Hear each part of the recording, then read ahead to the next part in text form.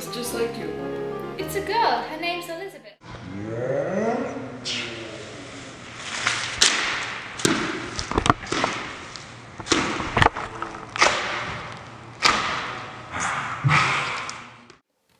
Elizabeth was born on September 7, 1533, at Greenwich Palace. She was born to the infamous Henry VIII of England and his second wife, Anne Boleyn. Elizabeth's birth was a dramatic event in English history. Henry had defied the Roman Catholic Church, provoking the English Reformation, in order to marry her mother. However, when Elizabeth was just 2 years and 8 months old, her mother was executed. As Henry moved on to his many other wives, Elizabeth grew up in the shadows of her siblings Edward and Mary. It was Henry's sixth and final wife, Catherine Parr, who finally had an impact on their lives. Elizabeth was given the most distinguished tutors in England, and soon she had a fine education to show for it. In fact, her tutor, Robert Ashton, noted that she displayed a genuine love and aptitude for her studies, and her mind had no womanly weakness, and her perseverance was equal to that of a man.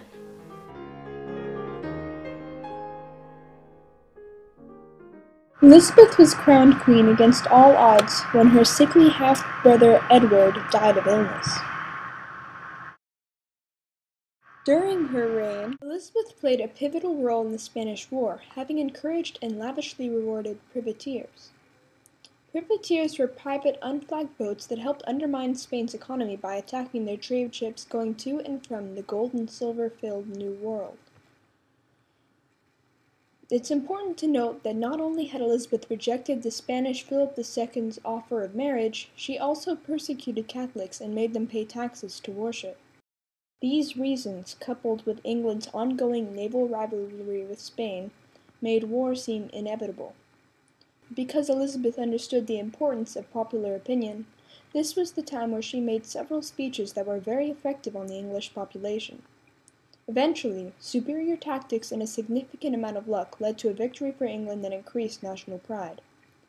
Contemporary and Pope Sixtus V remarked that Elizabeth was a woman only mistress of half of an island, yet she made herself feared by Spain, by France, by the Holy Roman Empire, by all.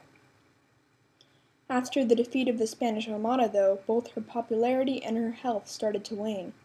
There were even embarrassing uprisings from her old favorites and significant threats to her rule even before the Armada's defeat.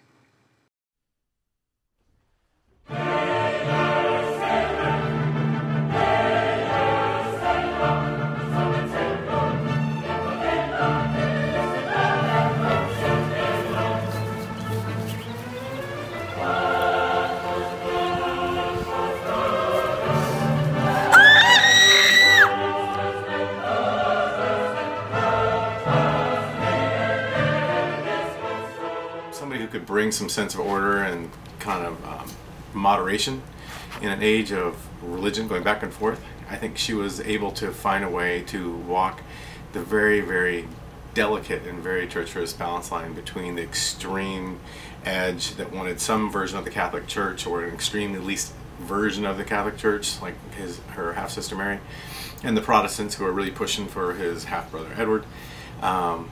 She was able to walk that line, and nobody was able to pull it off like she was able to pull it off. There was not a monarch that didn't succumb somehow or another to the forces between Parliament and the House of Lords and House of Commons and the religious edges. She just was really good at walking in the middle line and being a centrist. And yeah, she succeeded in ways that the rest of them can't.